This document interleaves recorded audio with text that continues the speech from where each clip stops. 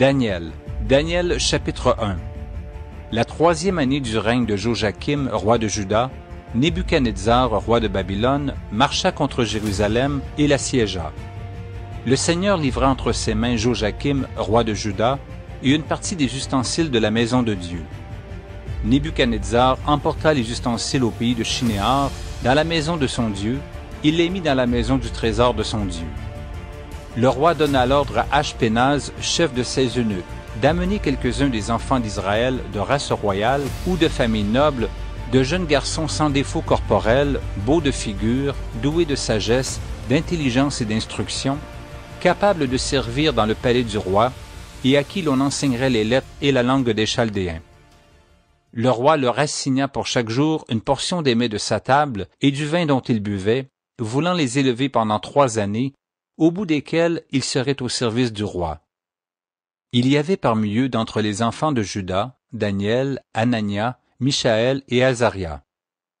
Le chef des eunuques leur donna des noms, à Daniel celui de Belshazzar, à Anania celui de Shadrach, à Michaël celui de Méshach, et à Azaria celui d'Abed-Négo. Daniel résolut de ne pas se souiller par les mets du roi et par le vin dont le roi buvait, et il pria le chef des eunuques de ne pas l'obliger à se souiller. Dieu fit trouver à Daniel faveur et grâce devant le chef des eunuques. Le chef des eunuques dit à Daniel, « Je crains mon Seigneur le roi, qui a fixé ce que vous devez manger et boire, car pourquoi verrait-il votre visage plus abattu que celui des jeunes gens de votre âge? Vous exposeriez ma tête auprès du roi. » Alors Daniel dit à l'intendant à qui le chef des eunuques avait remis la surveillance de Daniel, de Anania, de Michaël et d'Azaria, « Éprouve tes serviteurs pendant 10 jours, et qu'on nous donne des légumes à manger et de l'eau à boire.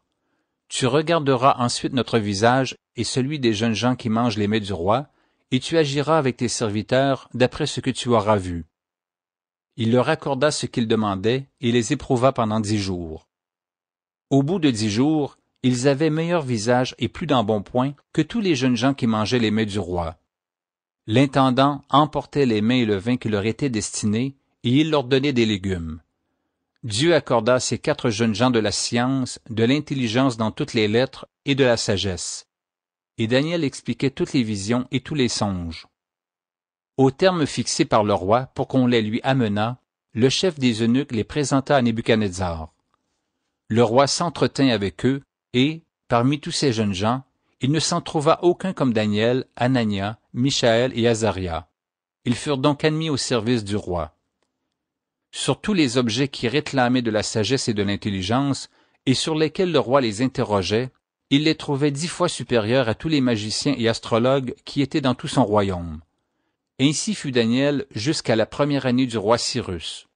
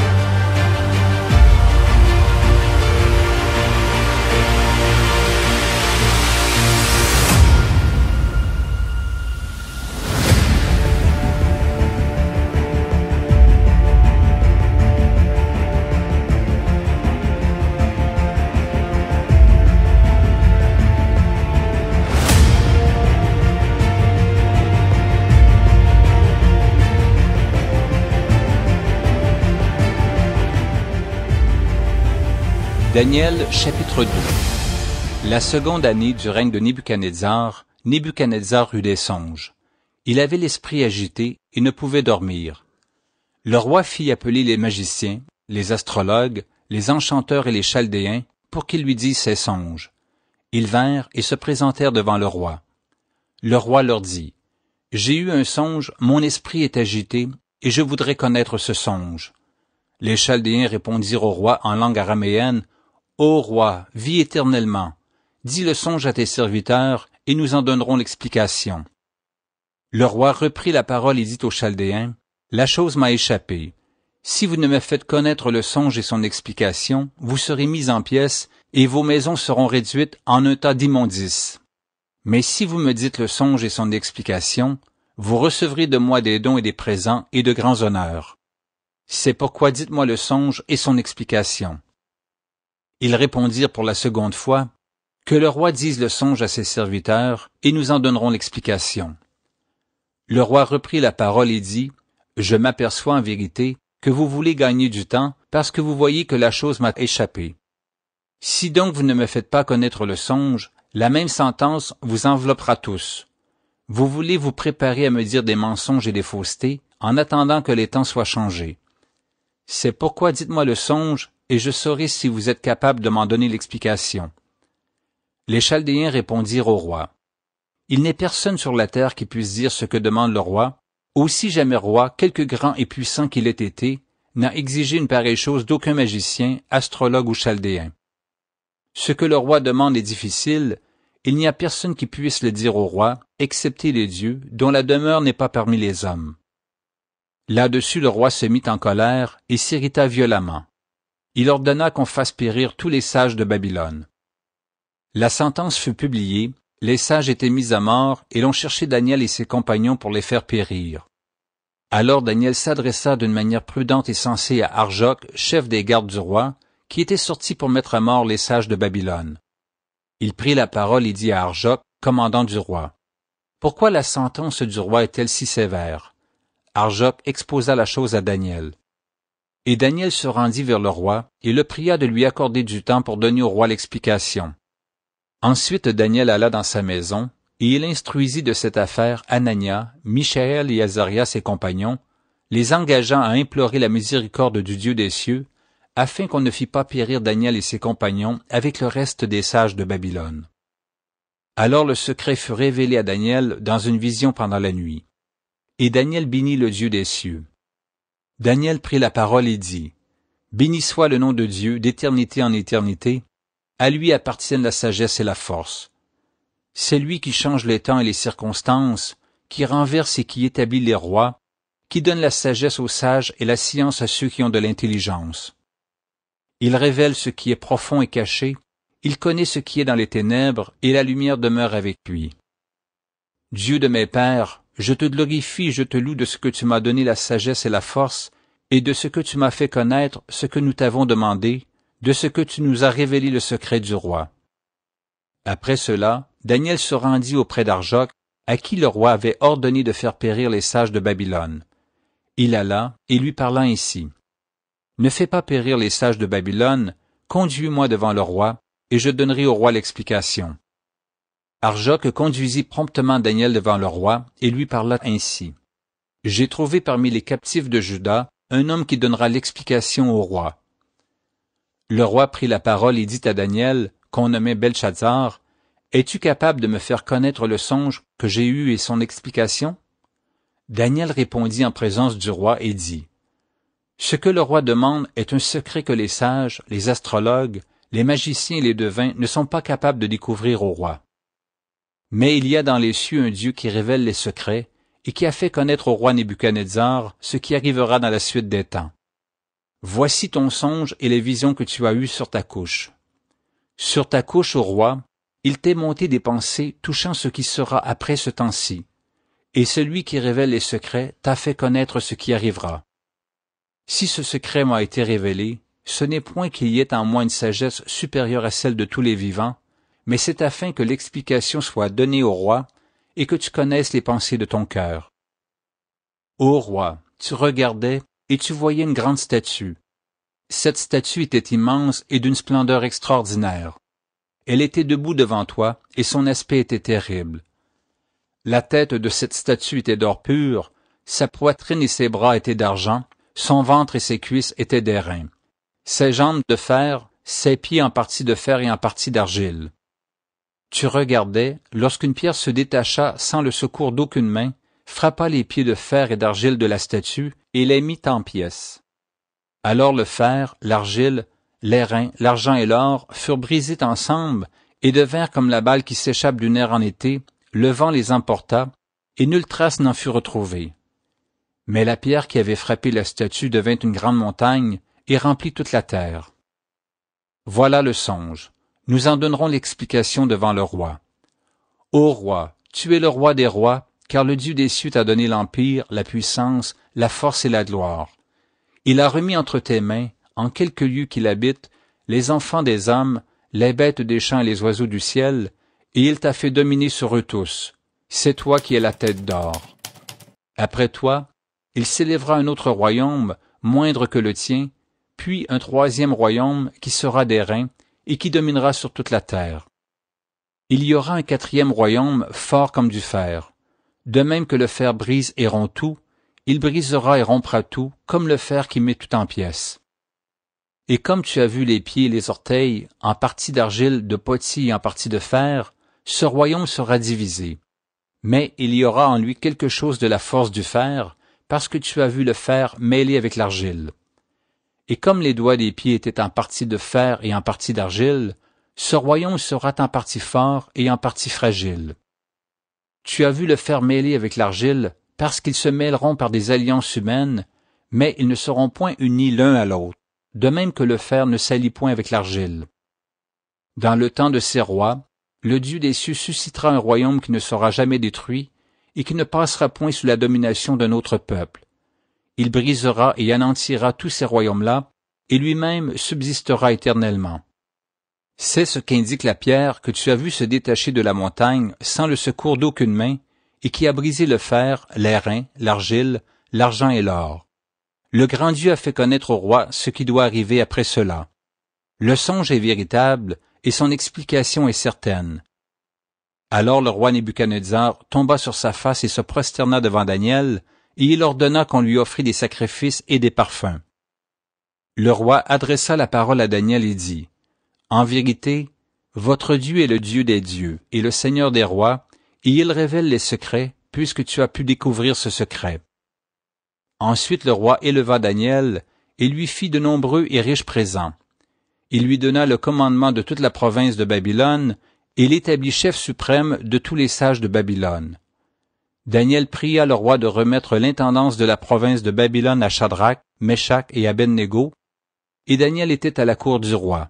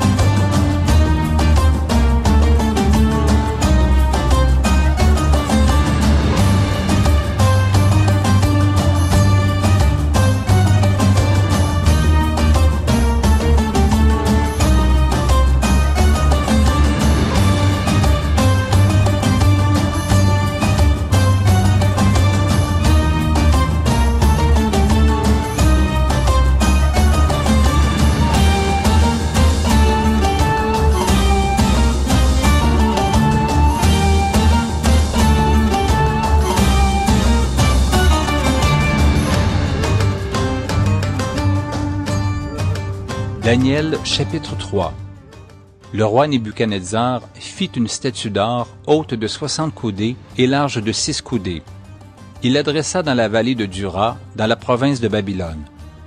Le roi Nebuchadnezzar fit convoquer les satrapes, les intendants et les gouverneurs, les grands juges, les trésoriers, les jurisconsultes, les juges et tous les magistrats des provinces pour qu'ils se rendissent à la dédicace de la statue qu'avait élevée le roi Nebuchadnezzar.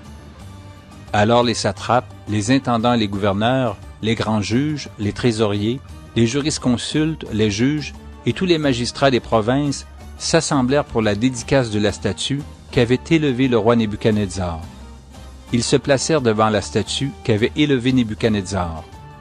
Un héros cria à haute voix, « Voici ce qu'on vous ordonne, peuple, nation, hommes de toute langue. Au moment où vous entendrez le son de la trompette, du chalumeau, de la guitare, de la sambuc, du psalterion, de la cornemuse et de toutes sortes d'instruments de musique, vous vous prosternerez et vous adorerez la statue d'or qu'a élevée le roi Nebuchadnezzar. Quiconque ne se prosternera pas et n'adorera pas sera jeté à l'instant même au milieu d'une fournaise ardente. C'est pourquoi, au moment où tous les peuples entendirent le son de la trompette, du chalumeau, de la guitare, de la sambuc, du psalterion et de toutes sortes d'instruments de musique, tous les peuples, les nations, les hommes de toute langue se prosternèrent et adorèrent la statue d'or qu'avait élevée le roi Nebuchadnezzar. À cette occasion, et dans le même temps, quelques Chaldéens s'approchèrent et accusèrent les Juifs. Ils prirent la parole et dirent au roi Nebuchadnezzar, « Ô roi, vis éternellement.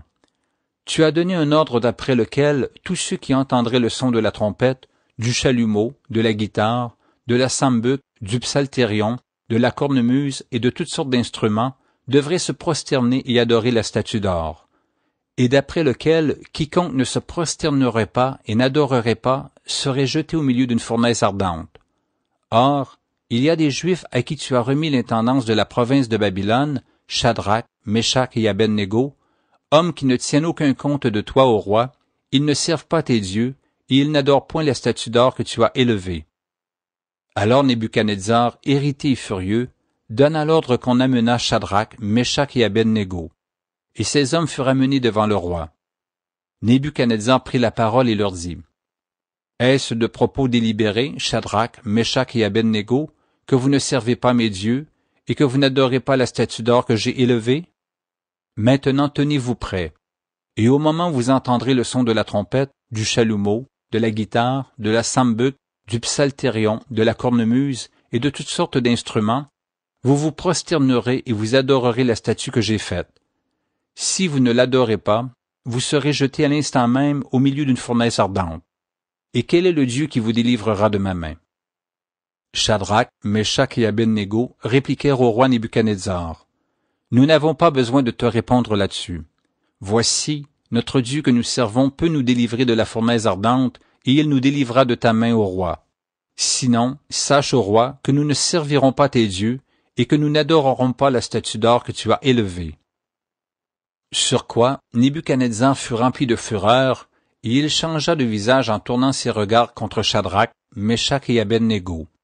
Il reprit la parole et ordonna de chauffer la fournaise 7 fois plus qu'il ne convenait de la chauffer.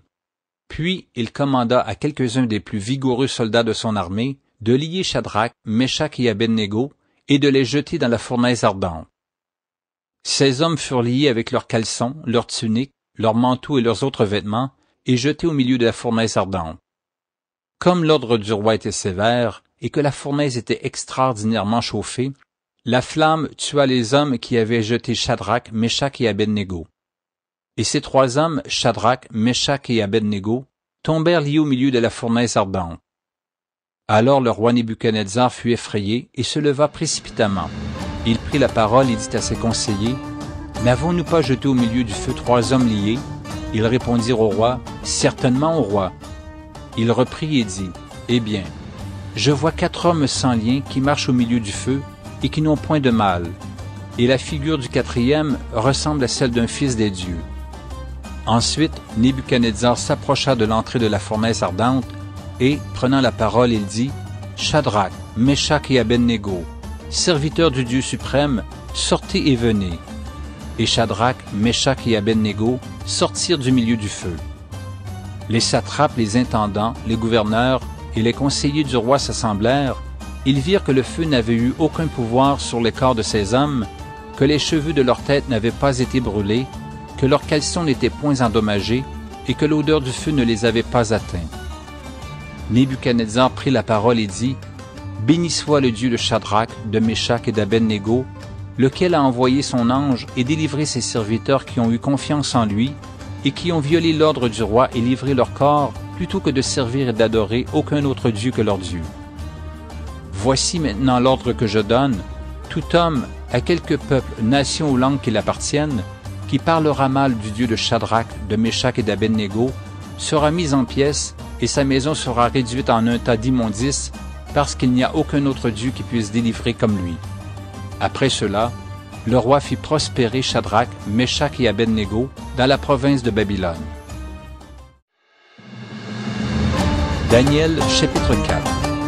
Nebuchadnezzar, roi, à tous les peuples, aux nations, aux hommes de toute langue qui habitent sur toute la terre. Que la paix vous soit donnée avec abondance. Il m'a semblé bon de faire connaître les signes et les prodiges que le Dieu suprême a opérés à mon égard. Que ces signes sont grands, que ces prodiges sont puissants. Son règne est un règne éternel, et sa domination subsiste de génération en génération. Moi, Nebuchadnezzar, je vivais tranquille dans ma maison et heureux dans mon palais. J'ai eu un songe qui m'a effrayé, les pensées dont j'étais poursuivi sur ma couche et les visions de mon esprit me remplissaient d'épouvante. J'ordonnai qu'on fît venir devant moi tous les sages de Babylone, afin qu'ils me donnassent l'explication du songe. Alors vinrent les magiciens, les astrologues, les chaldéens et les devins. Je leur dis le songe, et ils ne m'en donnèrent point l'explication. En dernier lieu, se présenta devant moi Daniel, nommé Belchazzar, d'après le nom de mon Dieu, et qui a en lui l'esprit des dieux saints. Je lui dis le songe, Belchazzar, chef des magiciens, qui a en toi, je le sais, l'esprit des dieux saints, et pour qui aucun secret n'est difficile, donne-moi l'explication des visions que j'ai eues en songe. Voici les visions de mon esprit pendant que j'étais sur ma couche. Je regardais, et voici, il y avait au milieu de la terre un arbre d'une grande hauteur. Cet arbre était devenu grand et fort, sa cime s'élevait jusqu'aux cieux, et on le voyait des extrémités de toute la terre. Son feuillage était beau et ses fruits abondants. Il portait de la nourriture pour tous, les bêtes des champs s'abritaient sous son ombre, les oiseaux du ciel faisaient leur demeure parmi ses branches, et tout être vivant tirait de lui sa nourriture. Dans les visions de mon esprit que j'avais sur ma couche, je regardais, et voici, un de ceux qui veillent et qui sont saints descendit des cieux. Il cria avec force et parla ainsi. Abattez l'arbre et coupez ses branches, secouez le feuillage et dispersez les fruits, que les bêtes fuient de dessous et les oiseaux du milieu de ses branches. Mais laissez en terre le tronc où se trouvent les racines, et liez-le avec des chaînes de fer et d'airain parmi l'herbe des champs. Qu'il soit trempé de la rosée du ciel, et qu'il ait, comme les bêtes, l'herbe de la terre pour partage. Son cœur d'homme lui sera ôté, et un cœur de bête lui sera donné, et 7 ans passeront sur lui. Cette sentence est un décret de ceux qui veillent, cette résolution est un ordre des saints, afin que les vivants sachent que le Très-Haut domine sur le règne des hommes, qu'il le donne à qui il lui plaît, et qu'il y élève le plus vil des hommes. Voici le songe que j'ai eu, moi le roi Nebuchadnezzar. Toi, Belchazzar, donne-en l'explication, puisque tous les sages de mon royaume ne peuvent me la donner. Toi tu le peux, car tu as en toi l'esprit des dieux saints. Alors Daniel, nommé Belchazzar, fut un moment stupéfait, et ses pensées le troublaient. Le roi reprit et dit, Belchazzar, que le songe et l'explication ne te troublent pas. Et Belchazzar répondit, Mon Seigneur, que le songe soit pour tes ennemis et son explication pour tes adversaires. L'arbre que tu as vu, qui était devenu grand et fort, dont la cime s'élevait jusqu'aux cieux et qu'on voyait de tous les points de la terre, cet arbre dont le feuillage était beau et les fruits abondants, qui portait de la nourriture pour tous, sous lequel s'abritaient les bêtes des champs, et parmi les branches duquel les oiseaux du ciel faisaient leur demeure, c'est toi, ô roi, qui es devenu grand et fort, dont la grandeur s'est accrue et s'est élevée jusqu'aux cieux, et dont la domination s'étend jusqu'aux extrémités de la terre. Le roi a vu l'un de ceux qui veillent et qui sont saints descendre des cieux et dire, abattez l'arbre et détruisez-le, mais laissez en terre le tronc où se trouvent les racines, et liez-le avec des chaînes de fer et d'airain, parmi l'herbe des champs, qu'il soit trempé de la rosée du ciel, et que son partage soit avec les bêtes des champs, jusqu'à ce que 7 ans soient passés sur lui. Voici l'explication au roi, voici le décret du Très-Haut qui s'accomplira sur mon seigneur le roi. On te chassera du milieu des hommes, tu auras ta demeure avec les bêtes des champs, et l'on te donnera comme au bœuf de l'herbe à manger, tu seras trempé de la rosée du ciel, et 7 ans passeront sur toi, jusqu'à ce que tu saches que le Très-Haut domine sur le règne des hommes et qu'il le donne à qui il lui plaît. L'ordre de laisser le tronc, où se trouvent les racines de l'arbre, signifie que ton royaume te restera quand tu reconnaîtras que celui qui domine est dans les cieux. C'est pourquoi, ô roi, puisse mon conseil te plaire. Mets un terme à tes péchés en pratiquant la justice et à tes iniquités en usant de compassion envers les malheureux, et ton bonheur pourra se prolonger. Toutes ces choses se sont accomplies sur le roi Nebuchadnezzar. Au bout de 12 mois, comme il se promenait dans le palais royal à Babylone, le roi prit la parole et dit, « N'est-ce pas ici Babylone la grande que j'ai bâtie, comme résidence royale par la puissance de ma force et pour la gloire de ma magnificence? » La parole était encore dans la bouche du roi, qu'une voix descendit du ciel, « Apprends, roi Nebuchadnezzar, qu'on va t'enlever le royaume. On te chassera du milieu des hommes, tu auras ta demeure avec les bêtes des champs, on te donnera comme au bœuf de l'herbe à manger, et 7 ans passeront sur toi, jusqu'à ce que tu saches que le Très-Haut domine sur le règne des hommes, et qu'il le donne à qui lui plaît. » Au même instant, la parole s'accomplit sur Nebuchadnezzar, il fut chassé du milieu des hommes, il mangea de l'herbe comme les bœufs, son corps fut trempé de la rosée du ciel, jusqu'à ce que ses cheveux crussent comme les plumes des aigles, et ses ongles comme ceux des oiseaux. Après le temps marqué, moi, Nebuchadnezzar, je levai les cieux vers le ciel, et la raison me revint. J'ai béni le Très-Haut, j'ai loué et glorifié celui qui vit éternellement, celui dont la domination est une domination éternelle, et dont le règne subsiste de génération en génération. Tous les habitants de la terre ne sont à ses yeux que néant. Il agit comme il lui plaît avec l'armée des cieux et avec les habitants de la terre, et il n'y a personne qui résiste à sa main et qui lui dise « Que fais-tu » En ce temps, la raison me revint. La gloire de mon royaume, ma magnificence et ma splendeur me furent rendues, mes conseillers et mes grands me redemandèrent, je fus rétabli dans mon royaume, et ma puissance ne fit que s'accroître. Maintenant, moi, Nebuchadnezzar, je loue, j'exalte et je glorifie le roi des cieux, dont toutes les œuvres sont vraies et les voies justes, et qui peut abaisser ceux qui marchent avec orgueil.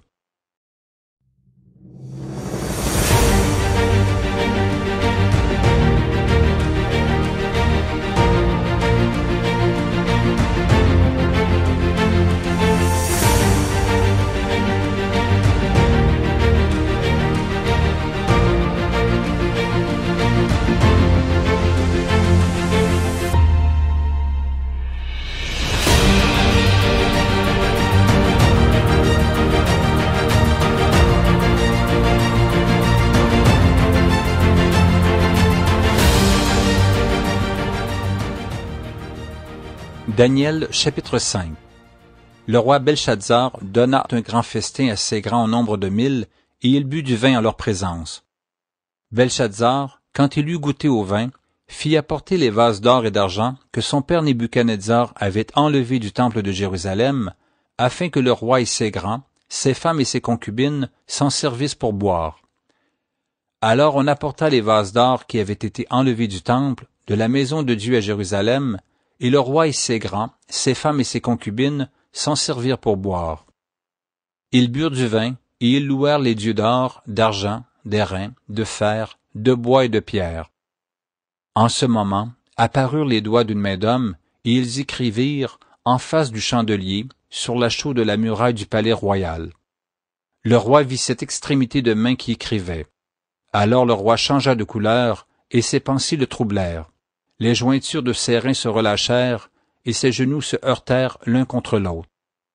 Le roi cria avec force qu'on fit venir les astrologues, les chaldéens et les devins, et le roi prit la parole et dit aux sages de Babylone, « Quiconque lira cette écriture et m'en donnera l'explication, sera revêtu de pourpre, portera un collier d'or à son cou, et aura la 3e place dans le gouvernement du royaume. » Tous les sages du roi entrèrent, mais ils ne purent pas lire l'écriture et en donner au roi l'explication. Sur quoi le roi Belshazzar fut très effrayé, il changea de couleur, et ses grands furent consternés. La reine, à cause des paroles du roi et de ses grands, entra dans la salle du festin et prit ainsi la parole. « Ô roi, vis éternellement, que tes pensées ne te troublent pas, et que ton visage ne change pas de couleur. Il y a dans ton royaume un homme qui a en lui l'esprit des dieux saints, et du temps de ton père, on trouva chez lui des lumières, de l'intelligence, et une sagesse semblable à la sagesse des dieux.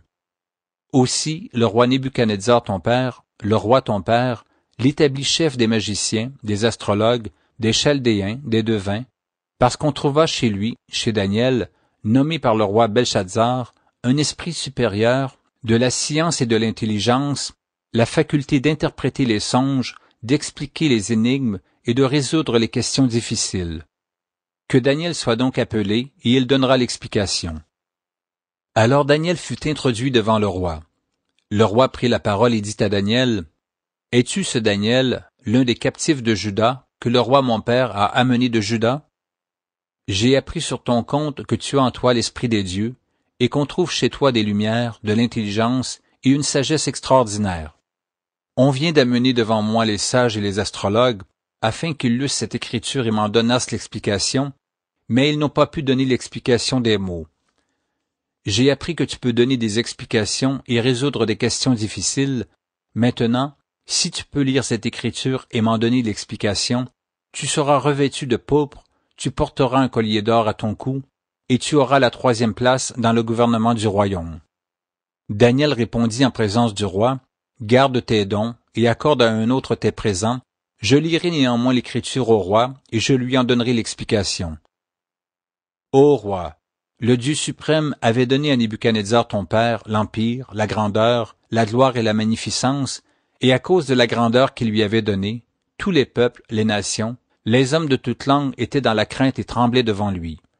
Le roi faisait mourir ceux qu'il voulait, et il laissait la vie à ceux qu'il voulait. Il élevait ceux qu'il voulait, et il abaissait ceux qu'il voulait. Mais lorsque son cœur s'éleva et que son esprit s'endurcit jusqu'à l'arrogance, il fut précipité de son trône royal et dépouillé de sa gloire. Il fut chassé du milieu des enfants des hommes, son cœur devint semblable à celui des bêtes, et sa demeure fut avec les ânes sauvages. On lui donna comme aux bœufs de l'herbe à manger, et son corps fut trempé de la rosée du ciel, jusqu'à ce qu'il reconnût que le Dieu suprême domine sur le règne des hommes, qu'il le donne à qui il lui plaît. Et toi, Belshazzar, son fils, tu n'as pas humilié ton cœur, quoique tu susses toutes ces choses.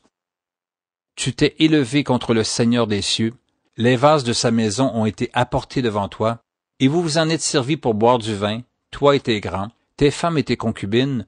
Tu as loué les dieux d'argent, d'or, d'airain, de fer, de bois et de pierre, qui ne voient point, qui n'entendent point, et qui ne savent rien, et tu n'as pas glorifié le Dieu qui a dans sa main ton souffle et toutes tes voix. C'est pourquoi il a envoyé cette extrémité de main qui a tracé cette écriture. Voici l'écriture qui a été tracée. Comptez, comptez, pesez et divisez. Et voici l'explication de ces mots. Comptez, Dieu a compté ton règne et y a mis fin. Pesez, tu as été pesé dans la balance et tu as été trouvé léger. Divisé, ton royaume sera divisé et donné aux Mèdes et aux Perses. Aussitôt Belshazzar donna des ordres, et l'on revêtit Daniel de pourpre, on lui mit au cou un collier d'or, et on publia qu'il aurait la 3e place dans le gouvernement du royaume. Cette même nuit, Belshazzar, roi des Chaldéens, fut tué, et Darius le Mède s'empara du royaume, étant âgé de 62 ans. Daniel, chapitre 6. Darius trouva bon d'établir sur le royaume 120 satrapes qui devaient être dans tout le royaume. Il mit à leur tête 3 chefs, au nombre desquels était Daniel, afin que ces satrapes leur rendissent compte et que le roi ne souffrit d'aucun dommage. Daniel surpassait les chefs et les satrapes parce qu'il y avait en lui un esprit supérieur, et le roi pensait à l'établir sur tout le royaume. Alors les chefs et les satrapes cherchèrent une occasion d'accuser Daniel en ce qui concernait les affaires du royaume. Mais ils ne purent trouver aucune occasion, ni aucune chose à reprendre parce qu'il était fidèle et qu'on n'apercevait chez lui ni faute, ni rien de mauvais. Et ces hommes dirent, « Nous ne trouverons aucune occasion contre ce Daniel, à moins que nous n'en trouvions une dans la loi de son Dieu. » Puis ces chefs et ces satrapes se rendirent tumultueusement auprès du roi et lui parlèrent ainsi. « Roi Darius, vis éternellement. » Tous les chefs du royaume, les intendants, les satrapes, les conseillers et les gouverneurs sont d'avis qu'il soit publié un édit royal avec une défense sévère portant que quiconque dans l'espace de 30 jours adressera des prières à quelque dieu ou à quelques hommes, excepté à toi, ô roi, sera jeté dans la fosse aux lions. Maintenant, ô roi, confirme la défense et écris le décret afin qu'il soit irrévocable selon la loi des Mèdes et des Perses qui est immuable. Là-dessus, le roi Darius écrivit le décret et la défense. Lorsque Daniel sut que le décret était écrit, il se retira dans sa maison, où les fenêtres de la chambre supérieure étaient ouvertes dans la direction de Jérusalem, et 3 fois le jour il se mettait à genoux, il priait, et il louait son Dieu comme il le faisait auparavant. Alors ces hommes entrèrent tumultueusement, et ils trouvèrent Daniel qui priait et invoquait son Dieu. Puis ils se présentèrent devant le roi, et lui dirent au sujet de la défense royale, « N'as-tu pas écrit une défense portant que quiconque dans l'espace de 30 jours adresserait des prières à quelque dieu ou à quelques hommes, excepté à toi, roi, serait jeté dans la fosse aux lions? » Le roi répondit, « La chose est certaine, selon la loi des Mèdes et des Perses, qui est immuable. » Ils prirent de nouveau la parole et dirent au roi, « Daniel, l'un des captifs de Juda, n'a tenu aucun compte de toi au roi, ni de la défense que tu as écrite, et il fait ses prières 3 fois le jour. » Le roi fut très affligé quand il entendit cela. Il prit à cœur de délivrer Daniel, et jusqu'au coucher du soleil, il s'efforça de le sauver. Mais ces hommes insistèrent auprès du roi et lui dirent, « Sache, ô roi, que la loi des Mèdes et des Perses exige que toute défense ou tout décret confirmé par le roi soit irrévocable. » Alors le roi donna l'ordre qu'on amenât Daniel et qu'on le jetât dans la fosse aux lions. Le roi prit la parole et dit à Daniel, « Puisse ton Dieu que tu sers avec persévérance te délivrer. » On apporta une pierre et on la mit sur l'ouverture de la fosse. Le roi la scella de son anneau et de l'anneau de ses grands, afin que rien ne fût changé à l'égard de Daniel. Le roi se rendit ensuite dans son palais, il passa la nuit à jeun, il ne fit point venir de concubine auprès de lui, et il ne put se livrer au sommeil. Le roi se leva au point du jour avec l'aurore, et il alla précipitamment à la fosse aux lions. En s'approchant de la fosse, il appela Daniel d'une voix triste. Le roi prit la parole et dit à Daniel, « Daniel, serviteur du Dieu vivant, ton Dieu que tu sers avec persévérance, a-t-il pu te délivrer des lions? » Et Daniel dit au roi, « Roi, vis éternellement. Mon Dieu a envoyé son ange et fermé la gueule des lions, qui ne m'ont fait aucun mal, parce que j'ai été trouvé innocent devant lui, et devant toi non plus, ô roi, je n'ai rien fait de mauvais. » Alors le roi fut très joyeux, et il ordonna qu'on fît sortir Daniel de la fosse. Daniel fut retiré de la fosse, et on ne trouva sur lui aucune blessure, parce qu'il avait eu confiance en son Dieu. Le roi ordonna que ces hommes qui avaient accusé Daniel fussent amenés et jetés dans la fosse aux lions, eux, leurs enfants et leurs femmes, et avant qu'ils fussent parvenus au fond de la fosse, les lions les saisirent et brisèrent tous leurs os. Après cela, le roi Darius écrivit à tous les peuples, à toutes les nations, aux hommes de toute langue qui habitaient sur toute la terre. Que la paix vous soit donnée avec abondance. J'ordonne que dans toute l'étendue de mon royaume, on ait de la crainte et de la frayeur pour le Dieu de Daniel. Car il est le Dieu vivant, et il subsiste éternellement, son royaume ne sera jamais détruit, et sa domination durera jusqu'à la fin. C'est lui qui délivre et qui sauve, qui opère des signes et des prodiges dans les cieux et sur la terre. C'est lui qui a délivré Daniel de la puissance des lions. Daniel prospéra sous le règne de Darius et sous le règne de Cyrus le Perse.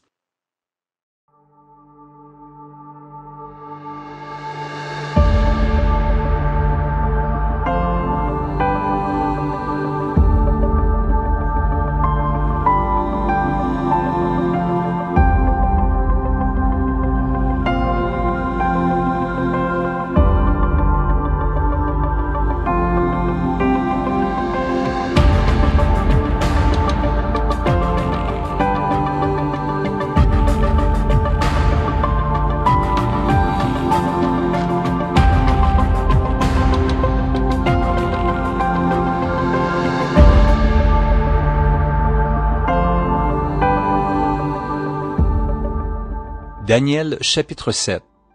La première année de Belshazzar, roi de Babylone, Daniel eut un songe et des visions à son esprit pendant qu'il était sur sa couche.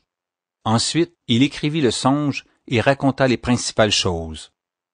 Daniel commença et dit, « Je regardai pendant ma vision nocturne, et voici, les 4 vents des cieux firent éruption sur la grande mer. Et 4 grands animaux sortirent de la mer, différents l'un de l'autre.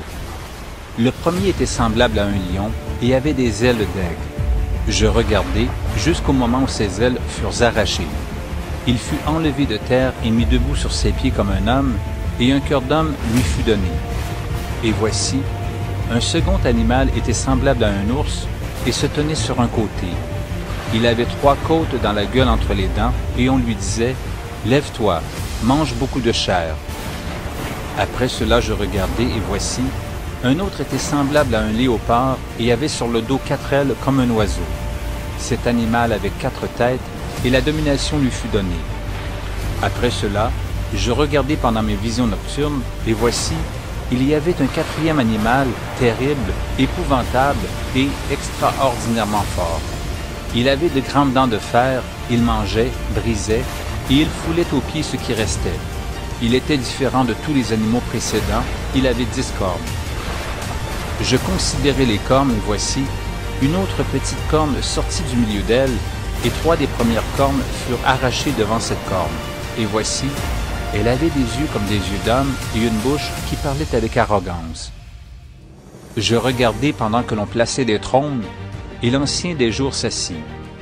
Son vêtement était blanc comme la neige, et les cheveux de sa tête étaient comme de la laine pure, son trône était comme des flammes de feu, et les roues comme un feu ardent.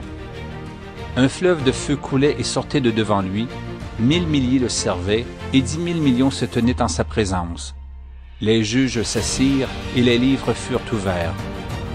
Je regardai alors, à cause des paroles arrogantes que prononçait la corne, et tandis que je regardais, l'animal fut tué, et son corps fut anéanti, livré au feu pour être brûlé. Les autres animaux furent dépouillés de leur puissance, mais une prolongation de vie leur fut accordée jusqu'à un certain temps. Je regardai pendant mes visions nocturnes, et voici, sur les nuées des cieux arriva quelqu'un de semblable à un fils de l'homme. Il s'avança vers l'Ancien des jours, et on le fit approcher de lui. On lui donna la domination, la gloire et le règne, et tous les peuples, les nations et les hommes de toute langue le servirent. Sa domination est une domination éternelle qui ne passera point, et son règne ne sera jamais détruit. Moi, Daniel, j'eus l'esprit troublé au-dedans de moi, et les visions de ma tête m'effrayèrent.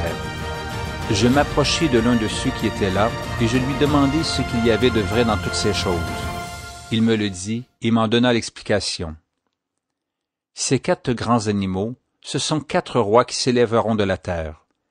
Mais les saints du Très-Haut recevront le royaume, et ils posséderont le royaume éternellement, d'éternité en éternité.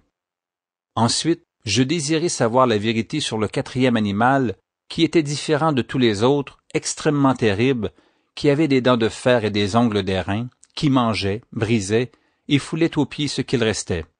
Et sur les 10 cornes qu'il avait à la tête, et sur l'autre qui était sortie de devant laquelle 3 étaient tombés, sur cette corne qui avait des yeux, une bouche parlant avec arrogance, et une plus grande apparence que les autres. Je vis cette corne faire la guerre aux saints, et l'emporter sur eux, jusqu'au moment où l'Ancien des jours vint donner droit aux saints du Très-Haut, et le temps arriva où les saints furent en possession du royaume. Il me parla ainsi. Le 4e animal, c'est un 4e royaume qui existera sur la terre, différent de tous les royaumes, et qui dévorera toute la terre, la foulera et la brisera. Les 10 cornes, ce sont 10 rois qui s'élèveront de ce royaume, un autre s'élèvera après eux, il sera différent des premiers, et il abaissera 3 rois. Il prononcera des paroles contre le Très-Haut, il opprimera les saints du Très-Haut, et il espérera changer les temps et la loi, et les saints seront livrés entre ses mains pendant un temps, des temps, et la moitié d'un temps. Puis viendra le jugement, et on lui ôtera sa domination, qui sera détruite et anéantie pour jamais. Le règne, la domination et la grandeur de tous les royaumes qui sont sous les cieux seront donnés au peuple des saints du Très-Haut. Son règne est un règne éternel, et tous les dominateurs le serviront et lui obéiront. Ici finirent les paroles. Moi, Daniel, je fus extrêmement troublé par mes pensées, je changeai de couleur et je conservai ces paroles dans mon cœur.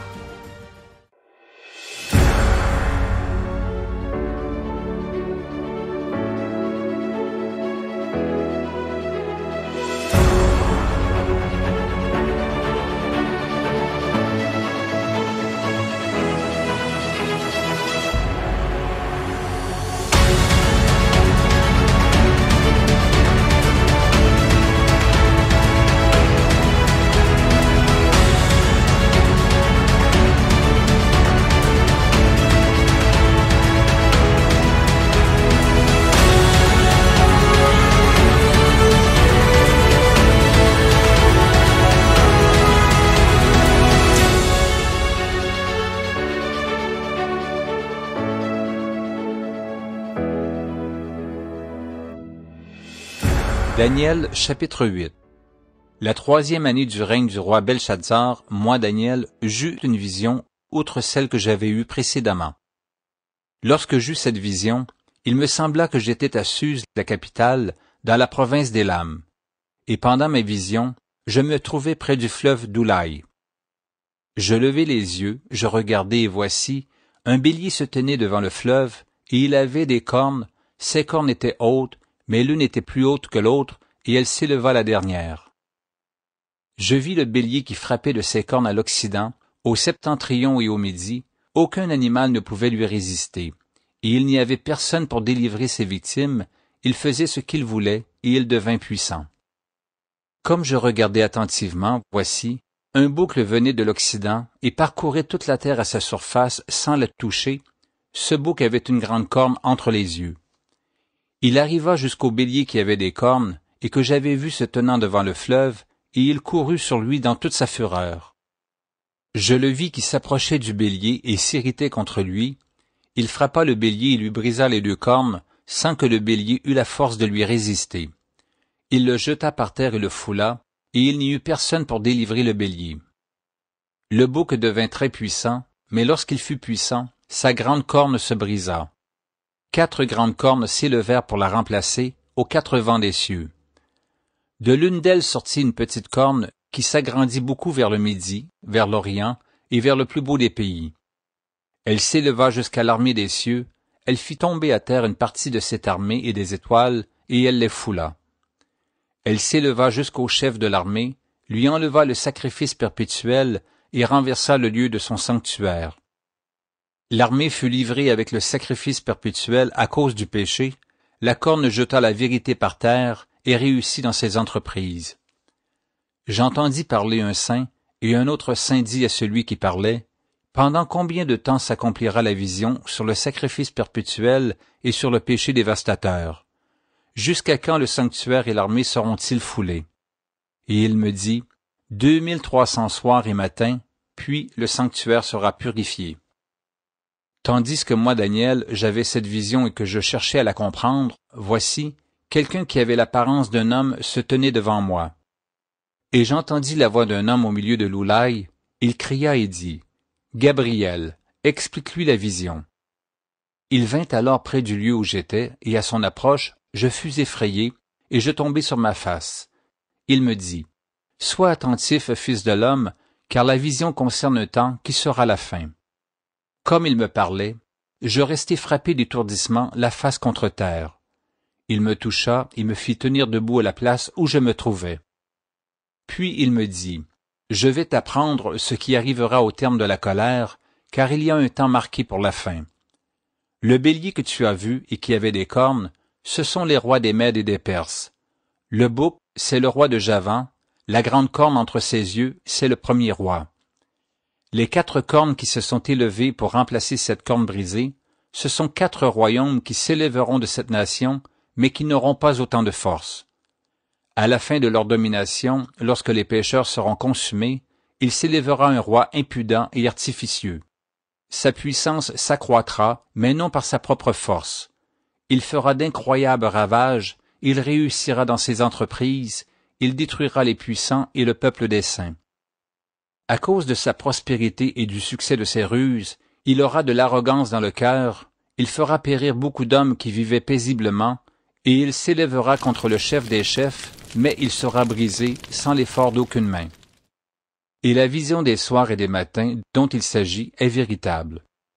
Pour toi, tiens secrète cette vision, car elle se rapporte à des temps éloignés. Moi, Daniel, je fus plusieurs jours languissant et malade, puis je me levai, et je m'occupais des affaires du roi. J'étais étonné de la vision, et personne n'en eut connaissance.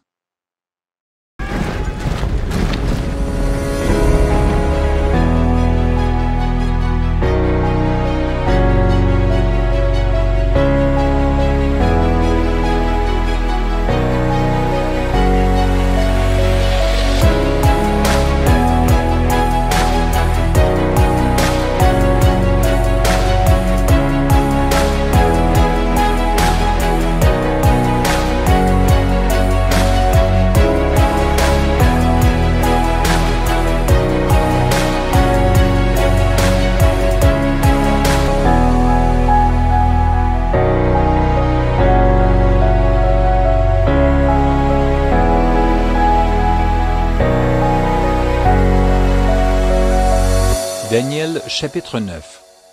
La première année de Darius, fils d'Assuérus, de la race des Mèdes, lequel était devenu roi du royaume des Chaldéens, la première année de son règne, moi Daniel, je vis par les livres qu'il devait s'écouler 70 ans pour les ruines de Jérusalem, d'après le nombre des années dont l'Éternel avait parlé à Jérémie le prophète.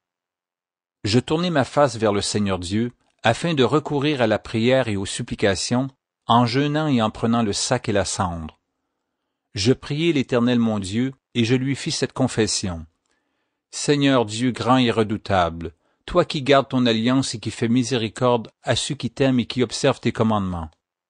Nous avons péché, nous avons commis l'iniquité, nous avons été méchants et rebelles, nous nous sommes détournés de tes commandements et de tes ordonnances.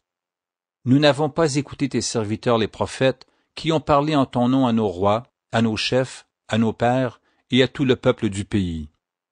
À toi, Seigneur, est la justice, et à nous la confusion de face, en ce jour, aux hommes de Juda, aux habitants de Jérusalem et à tout Israël, à ceux qui sont près et à ceux qui sont loin, dans tous les pays où tu les as chassés, à cause des infidélités dont ils se sont rendus coupables envers toi. Seigneur, à nous la confusion de face, à nos rois, à nos chefs et à nos pères, parce que nous avons péché contre toi.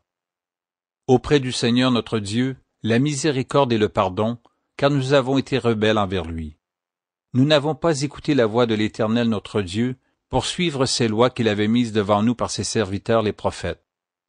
Tout Israël a transgressé ta loi et s'est détourné pour ne pas écouter ta voix. Alors se sont répandues sur nous les malédictions et les imprécations qui sont écrites dans la loi de Moïse, serviteur de Dieu, parce que nous avons péché contre Dieu. Il a accompli les paroles qu'il avait prononcées contre nous et contre nos chefs qui nous ont gouvernés. Il a fait venir sur nous une grande calamité, et il n'en est jamais arrivé sous le ciel entier une semblable à celle qui est arrivée à Jérusalem. Comme cela est écrit dans la loi de Moïse, toute cette calamité est venue sur nous, et nous n'avons pas imploré l'Éternel notre Dieu, nous ne nous sommes pas détournés de nos iniquités, nous n'avons pas été attentifs à ta vérité. L'Éternel a veillé sur cette calamité et l'a fait venir sur nous, car l'Éternel notre Dieu est juste dans toutes les choses qu'il a faites, mais nous n'avons pas écouté sa voix. Et maintenant, Seigneur notre Dieu, toi qui as fait sortir ton peuple du pays d'Égypte par ta main puissante, et qui t'es fait un nom comme il l'est aujourd'hui, nous avons péché, nous avons commis l'iniquité. Seigneur, selon ta grande miséricorde, que ta colère et ta fureur se détournent de ta ville de Jérusalem, de ta montagne sainte, car, à cause de nos péchés et des iniquités de nos pères, Jérusalem et ton peuple sont en opprobre à tous ceux qui nous entourent. Maintenant donc, ô notre Dieu, écoute la prière et les supplications de ton serviteur, et, pour l'amour du Seigneur, fais briller ta face sur ton sanctuaire dévasté. Mon Dieu, prête l'oreille et écoute, ouvre les yeux et regarde nos ruines, regarde la ville sur laquelle ton nom est invoqué, car ce n'est pas à cause de notre justice que nous te présentons nos supplications, c'est à cause de tes grandes compassions. Seigneur, écoute. Seigneur, pardonne. Seigneur, sois attentif. Agis et ne tarde pas, par amour pour toi, ô mon Dieu. Car ton nom est invoqué sur ta ville et sur ton peuple. Je parlais encore, je priais, je confessais mes péchés et le péché de mon peuple d'Israël, et je présentais mes supplications à l'Éternel mon Dieu, en faveur de la sainte montagne de mon Dieu. Je parlais encore dans ma prière, quand l'homme Gabriel, que j'avais vu précédemment dans une vision, s'approcha de moi d'un vol rapide au moment de l'offrande du soir. Il m'instruisit et s'entretint avec moi. Il me dit, « Daniel, je suis venu maintenant pour ouvrir ton intelligence. Lorsque tu as commencé à prier, la parole est sortie, et je vins pour te l'annoncer car tu es un bien-aimé. Sois attentif à la parole et comprends la vision. 70 semaines ont été fixées sur ton peuple et sur ta ville sainte pour faire cesser les transgressions et mettre fin au péché, pour expier l'iniquité et amener la justice éternelle, pour sceller la vision et le prophète, et pour oindre le Saint des Saints. Sache-le donc et comprends. Depuis le moment où la parole a annoncé que Jérusalem sera rebâtie jusqu'à loin, au conducteur, il y a 7 semaines et 62 semaines, les places et les fossés seront rétablis, mais en des temps fâcheux. Après les 62 semaines, un oint sera retranché, et il n'aura pas de successeur. Le peuple d'un chef qui viendra détruira la ville et le sanctuaire, et sa fin arrivera comme par une inondation. Il est arrêté que les dévastations dureront jusqu'au terme de la guerre. Il fera une solide alliance avec plusieurs pour une semaine, et durant la moitié de la semaine, il fera cesser le sacrifice et l'offrande. Le dévastateur commettra les choses les plus abominables, jusqu'à ce que la ruine et ce qui a été résolu fondent sur le dévastateur.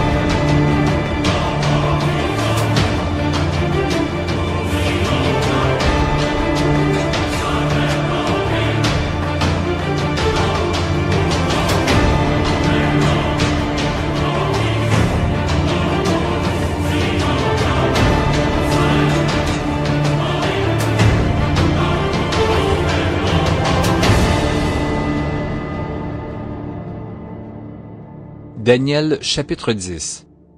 La 3e année de Cyrus, roi de Perse, une parole fut révélée à Daniel qu'on nommait Belchazzar. Cette parole, qui est véritable, annonce une grande calamité. Il fut attentif à cette parole et il eut l'intelligence de la vision. En ce temps-là, moi, Daniel, je fus 3 semaines dans le deuil. Je ne mangeai aucun mets délicat, il n'entra ni viande ni vin dans ma bouche, et je ne moignis point jusqu'à ce que les 3 semaines fussent accomplies. Le 24e jour du 1er mois, j'étais au bord d'un grand fleuve qui est Hidékel. Je levai les yeux, je regardai et voici, il y avait un homme vêtu de lin et ayant sur les reins une ceinture d'or d'Uphaz. Son corps était de chrysolite, son visage brillait comme l'éclair, ses yeux étaient comme des flammes de feu, ses bras et ses pieds ressemblaient à de l'airain poli, et le son de sa voix était comme le bruit d'une multitude. Moi, Daniel, je vis seul la vision, et les hommes qui étaient avec moi ne la virent point, mais ils furent saisis d'une grande frayeur, et ils prirent la fuite pour se cacher. Je restai seul, et je vis cette grande vision. Les forces me manquèrent, mon visage changea de couleur et fut décomposé, et je perdis toute vigueur. J'entendis le son de ces paroles, et comme j'entendais le son de ces paroles, je tombai frappé d'étourdissement, la face contre terre. Et voici, une main me toucha et secoua mes genoux et mes mains. Puis il me dit, « Daniel, homme bien-aimé, sois attentif aux paroles que je vais te dire, et tiens-toi debout à la place où tu es, car je suis maintenant envoyé vers toi. » Lorsqu'il m'eut ainsi parlé, je me tins debout en tremblant. Il me dit, « Daniel, ne crains rien, car dès le premier jour où tu as eu à cœur de comprendre et de t'humilier devant ton Dieu, tes paroles ont été entendues, et c'est à cause de tes paroles que je viens. Le chef du royaume de Perse m'a résisté 21 jours, mais voici, Michaël, l'un des principaux chefs, est venu à mon secours, et je suis demeuré là auprès des rois de Perse. Je viens maintenant pour te faire connaître ce qui doit arriver à ton peuple dans la suite des temps, car la vision concerne encore ces temps-là. » Tandis qu'il m'adressait ces paroles, je dirigeai mes regards vers la terre, et je gardai le silence. Et voici, quelqu'un qui avait l'apparence des fils de l'homme toucha mes lèvres. J'ouvris la bouche, je parlai, et je dis à celui qui se tenait devant moi, « Mon Seigneur, la vision m'a rempli d'effroi, et j'ai perdu toute vigueur. Comment le serviteur de mon Seigneur pourrait-il parler à mon Seigneur? Maintenant les forces me manquent, et je n'ai plus de souffle. » Alors celui qui avait l'apparence d'un homme me toucha de nouveau et me fortifia. Puis il me dit, « Ne crains rien, homme bien-aimé, que la paix soit avec toi, courage, courage. » Et comme il me parlait, je repris des forces et je dis, « Que mon Seigneur parle, car tu m'as fortifié. » Il me dit, « Sais-tu pourquoi je suis venu vers toi? Maintenant je m'en retourne pour combattre le chef de la Perse, et quand je partirai, voici, le chef de Javan viendra. Mais je veux te faire connaître ce qui est écrit dans le livre de la vérité. Personne ne m'aide contre ceux-là, excepté Michaël, votre chef. Daniel, chapitre 11. Et moi, la première année de Darius de Mède, j'étais auprès de lui pour l'aider et le soutenir. Maintenant, je vais te faire connaître la vérité. Voici, il y aura encore 3 rois en Perse. Le 4e amassera plus de richesses que tous les autres, et quand il sera puissant par ses richesses, il soulèvera tout contre le royaume de Javan. Mais il s'élèvera un vaillant roi qui dominera avec une grande puissance et fera ce qu'il voudra. Et lorsqu'il sera élevé, son royaume se brisera et sera divisé vers les 4 vents des cieux. Il n'appartiendra pas à ses descendants, et il ne sera pas aussi puissant qu'il était, car il sera déchiré, et il passera à d'autres qu'à eux. Le roi du Midi deviendra fort, mais un de ses chefs sera plus fort que lui et dominera, sa domination sera puissante. Au bout de quelques années, ils s'allieront, et la fille du roi du Midi viendra vers le roi du Septentrion pour rétablir la concorde. Mais elle ne conservera pas la force de son bras, et il ne résistera pas, ni lui, ni son bras. Elle sera livrée avec ceux qui l'auront amenée, avec son père et avec celui qui auront été son soutien dans ce temps-là. Un rejeton de ses racines s'élèvera à sa place, il viendra à l'armée, il entrera dans les forteresses du roi du Septentrion, il en disposera à son gré, et il se rendra puissant. Il enlèvera même et transportera en Égypte leurs dieux et leurs images de fonte, et leurs objets précieux d'argent et d'or. Puis, il restera quelques années éloigné du roi du Septentrion. Et celui-ci marchera contre le royaume du roi du Midi et reviendra dans son pays. Ses fils se mettront en campagne et rassembleront une multitude nombreuse de troupes. L'un d'eux s'avancera, se répandra comme un torrent, débordera, puis reviendra. Et ils pousseront les hostilités jusqu'à la forteresse du roi du Midi. Le roi du Midi s'irritera, il sortira et attaquera le roi du Septentrion, il soulèvera une grande multitude, et les troupes du roi du Septentrion seront livrées entre ses mains. Cette multitude sera fière, et le cœur du roi s'enflera. Il fera tomber des milliers, mais il ne triomphera pas. Car le roi du Septentrion reviendra et rassemblera une multitude plus nombreuse que la première. Au bout de quelque temps, de quelques années, il se mettra en marche avec une grande armée et de grandes richesses. En ce temps-là, plusieurs s'élèveront contre le roi du Midi, et des hommes violents parmi ton peuple se révolteront pour accomplir la vision, et ils succomberont. Le roi du Septentrion s'avancera, il élèvera des terrasses, et s'emparera des villes fortes. Les troupes du Midi et l'élite du roi ne résisteront pas, elles manqueront de force pour résister. Celui qui marchera contre lui fera ce qu'il voudra, et personne ne lui résistera. Il s'arrêtera dans le plus beau des pays, exterminant ce qui tombera sous sa main. Il se proposera d'arriver avec toutes les forces de son royaume et de conclure la paix avec le roi du Midi. Il lui donnera sa fille pour femme dans l'intention d'amener sa ruine, mais cela n'aura pas lieu et ne lui réussira pas. Il tournera ses vues du côté des îles et il en prendra plusieurs. Mais un chef mettra fin à l'opprobre qu'il voulait lui attirer et le fera retomber sur lui. Il se dirigera ensuite vers les forteresses de son pays, et il chancellera, il tombera, et on ne le trouvera plus. Celui qui le remplacera fera venir un exacteur dans la plus belle partie du royaume, mais en quelques jours il sera brisé, et ce ne sera ni par la colère, ni par la guerre. Un homme méprisé prendra sa place sans être revêtu de la dignité royale. Il paraîtra au milieu de la paix, et s'emparera du royaume par l'intrigue. Les troupes qui se répandront comme un torrent seront submergées devant lui et anéanties, de même qu'un chef de l'Alliance. Après qu'on se sera joint à lui, il usera de tromperie. Il se mettra en marche et il aura le dessus avec peu de monde. Il entrera au sein de la paix, dans les lieux les plus fertiles de la province. Il fera ce que n'avaient pas fait ses pères, ni les pères de ses pères. Il distribuera le butin, les dépouilles et les richesses. Il formera des projets contre les forteresses, et cela pendant un certain temps. À la tête d'une grande armée, il emploiera sa force et son ardeur contre le roi du Midi. Et le roi du Midi s'engagera dans la guerre avec une armée nombreuse et très puissante, mais il ne résistera pas, car on méditera contre lui de mauvais desseins. Ceux qui mangeront des mets de sa table causeront sa perte, ses troupes se répandront comme un torrent, et les morts tomberont en grand nombre. Les deux rois chercheront à leur cœur à faire le mal, et à la même table ils parleront avec fausseté. Mais cela ne réussira pas, car la fin n'arrivera qu'au temps marqué.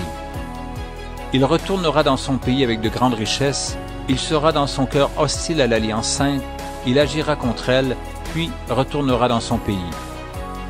À une époque fixée, il marchera de nouveau contre le Midi, mais cette dernière fois, les choses ne se passeront pas comme précédemment. Des navires de Kittim s'avanceront contre lui, découragé, il rebroussera. Puis, furieux contre l'Alliance sainte, il ne restera pas inactif. À son retour, il portera ses regards sur ceux qui auront abandonné l'Alliance sainte. Des troupes se présenteront sur son ordre, elles profaneront le sanctuaire, la forteresse, elles feront cesser le sacrifice perpétuel et dresseront l'abomination du dévastateur. Il séduira par des flatteries les traîtres de l'Alliance. Mais ceux du peuple qui connaîtront leur Dieu agiront avec fermeté, et les plus sages parmi eux donneront instruction à la multitude. Il en est qui succomberont par un temps à l'épée et à la flamme, à la captivité et au pillage. Dans le temps où ils succomberont, ils seront un peu secourus, et plusieurs se joindront à eux par hypocrisie. Quelques-uns des hommes sages succomberont, afin qu'ils soient épurés, purifiés et blanchis, jusqu'au temps de la fin, car il n'arrivera qu'au temps marqué.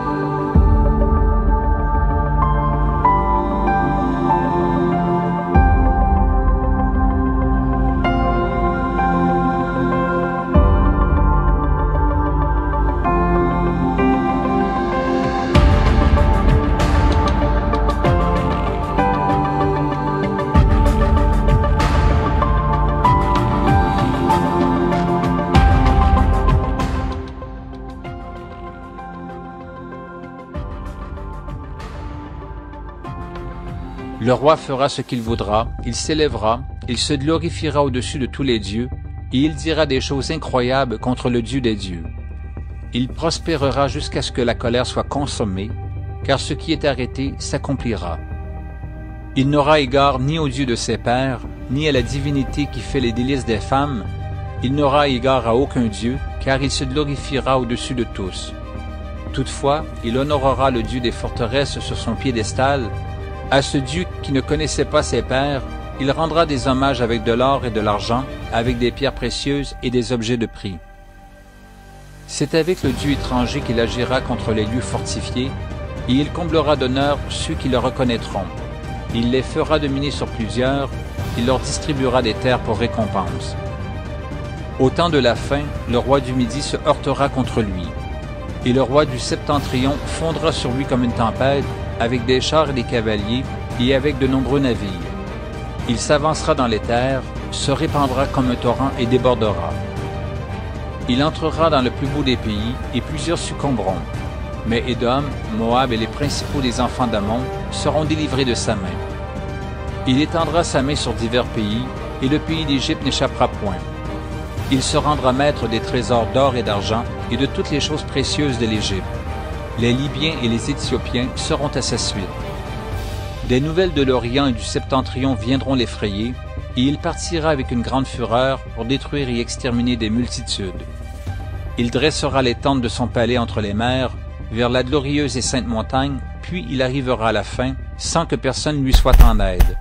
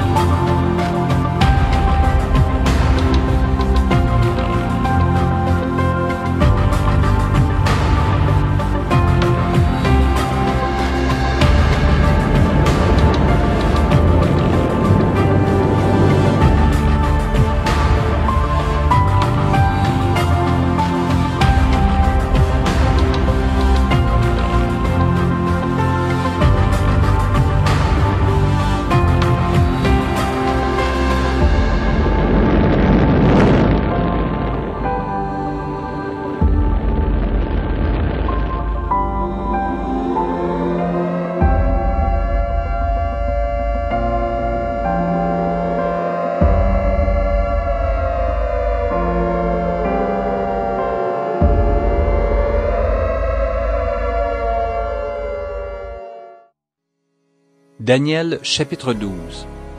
En ce temps-là se lèvera Michaël, le grand chef, le défenseur des enfants de ton peuple, et ce sera une époque de détresse, telle qu'il n'y en a point eu de semblable depuis que les nations existent jusqu'à cette époque. En ce temps-là, ceux de ton peuple qui seront trouvés inscrits dans le livre seront sauvés. Plusieurs de ceux qui dorment dans la poussière de la terre se réveilleront, les uns pour la vie éternelle, et les autres pour l'opprobre, pour la honte éternelle. Ceux qui auront été intelligents brilleront comme la splendeur du ciel, et ceux qui auront enseigné la justice à la multitude brilleront comme les étoiles, à toujours et à perpétuité. Toi, Daniel, tiens secrète ces paroles, et scelle le livre jusqu'au temps de la fin. Plusieurs alors le liront, et la connaissance augmentera. Et moi, Daniel, je regardai, et voici, deux autres hommes se tenaient debout, l'un en deçà du bord du fleuve, et l'autre au-delà du bord du fleuve. L'un d'eux dit à l'homme vêtu de lin qui se tenait au-dessus des eaux du fleuve, « Quand sera la fin de ces prodiges? » Et j'entendis l'homme vêtu de lin qui se tenait au-dessus des eaux du fleuve. Il leva vers les cieux sa main droite et sa main gauche, et il jura par celui qui vit éternellement que ce sera dans un temps, des temps, et la moitié d'un temps, et que toutes ces choses finiront quand la force du peuple saint sera entièrement brisée. J'entendis, mais je ne compris pas, et je dis, « Mon Seigneur, quelle sera l'issue de ces choses? » Il répondit, Va, Daniel, car ces paroles seront tenues secrètes et scellées jusqu'au temps de la fin. Plusieurs seront purifiés, blanchis et épurés. Les méchants feront le mal et aucun des méchants ne comprendra, mais ceux qui auront de l'intelligence comprendront. Depuis le temps où cessera le sacrifice perpétuel et où sera dressée l'abomination du dévastateur, il y aura 1290 jours. Heureux celui qui attendra et qui arrivera jusqu'à 1335 jours. Et toi, marche vers ta fin, tu te reposeras, et tu seras debout pour ton héritage à la fin des jours.